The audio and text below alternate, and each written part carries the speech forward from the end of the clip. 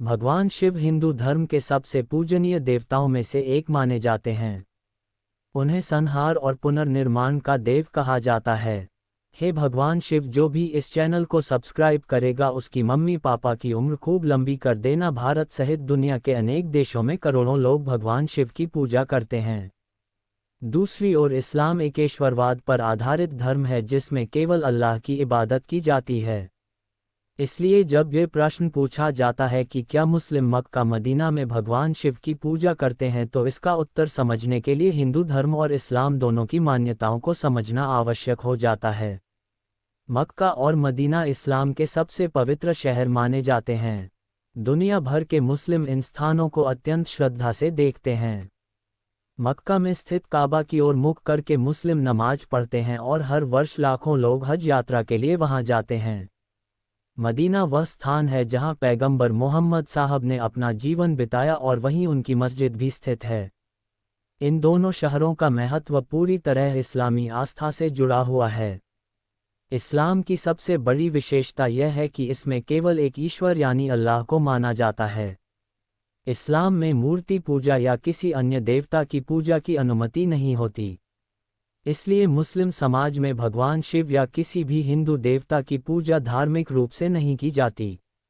मक्का और मदीना में भी केवल इस्लामी परंपराओं का पालन किया जाता है और वहां शिव पूजा जैसी कोई परंपरा नहीं है। कई बार इंटरनेट या सोशल मीडिया पर ऐसी बातें कही जाती हैं कि काबा में शिवलिंग है या मुस्लिम वास्तव में भगवान शिव की पूजा करते हैं। लेकिन इन दावों का कोई प्रमाणित ऐतिहासिक या धार्मिक आधार नहीं माना जाता। इतिहासकारों और विद्वानों के अनुसार काबा इस्लाम से पहले भी अरब का एक महत्वपूर्ण धार्मिक स्थल था जहां अलग अलग अरब कबीलों के देवी देवताओं की मूर्तियां रखी जाती थीं।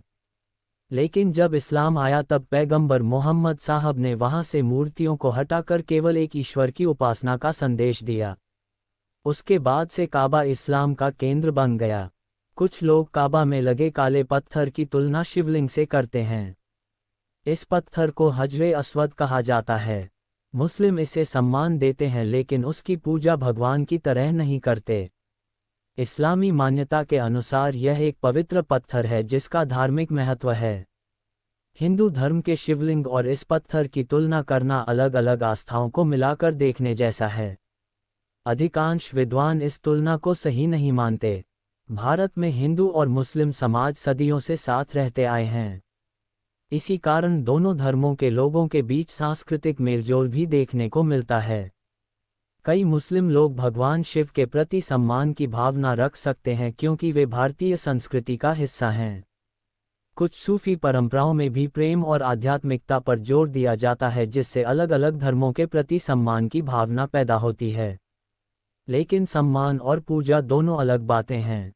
धार्मिक रूप से मुस्लिम केवल अल्लाह की इबादत करते हैं। इतिहास में कई ऐसे उदाहरण मिलते हैं जहां हिंदू और मुस्लिम संतों ने प्रेम और भाईचारे का संदेश दिया। कबीर ने कहा कि ईश्वर एक है और इंसान को प्रेम से रहना चाहिए। गुरु नानक ने भी मानवता और एकता का संदेश दिया। इन संतों की शिक्षाओं का उद्देश्य लोगों को जोड़ना था, न कि धर्मों के बीच विवाद पैदा करना। भगवान शिव को हिंदू धर्म में ध्यान, योग और वैराग्य का प्रतीक माना जाता है। उनकी पूजा अलग अलग रूपों में होती है। कहीं शिवलिंग के रूप में तो कहीं नटराज या महादेव के रूप में उनकी आराधना की जाती है। दूसरी ओर इस्लाम में किसी भी प्रकार की मूर्ति या प्रतीक की पूजा नहीं होती। इस कारण दोनों धर्मों की पूजा पद्धतियां पूरी तरह अलग हैं। कुछ लोग ये भी कहते हैं कि प्राचीन अरब में शिव पूजा होती थी। इतिहासकारों के बीच इस विषय पर कोई स्पष्ट सहमति नहीं है। प्राचीन अरब में कई देवी देवताओं की पूजा होती थी लेकिन उन्हें हिंदू देवताओं से सीधे जोड़ना कठिन माना जाता है। कई बार लोग समानताओं के आधार पर निष्कर्ष निकाल लेते हैं जबकि ऐतिहासिक प्रमाण इतने स्पष्ट नहीं होते। मक्का और मदीना में केवल मुस्लिम ही प्रवेश कर सकते हैं और वहां धार्मिक नियमों का कड़ाई से पालन किया जाता है। वहां की मस्जिदों में नमाज पढ़ी जाती है, कुरान का पाठ होता है और इस्लामी इबादत की जाती है। शिव पूजा या किसी अन्य धर्म की पूजा वहां नहीं होती। इसलिए ये कहना सही नहीं होगा कि मुस्लिम मक्का मदीना में भगवान शिव की पूजा करते हैं। हालांकि यह बात भी सच है कि दुनिया के कई मुस्लिम हिंदू धर्म और भगवान शिव के बारे में जानने में रुचि रखते हैं।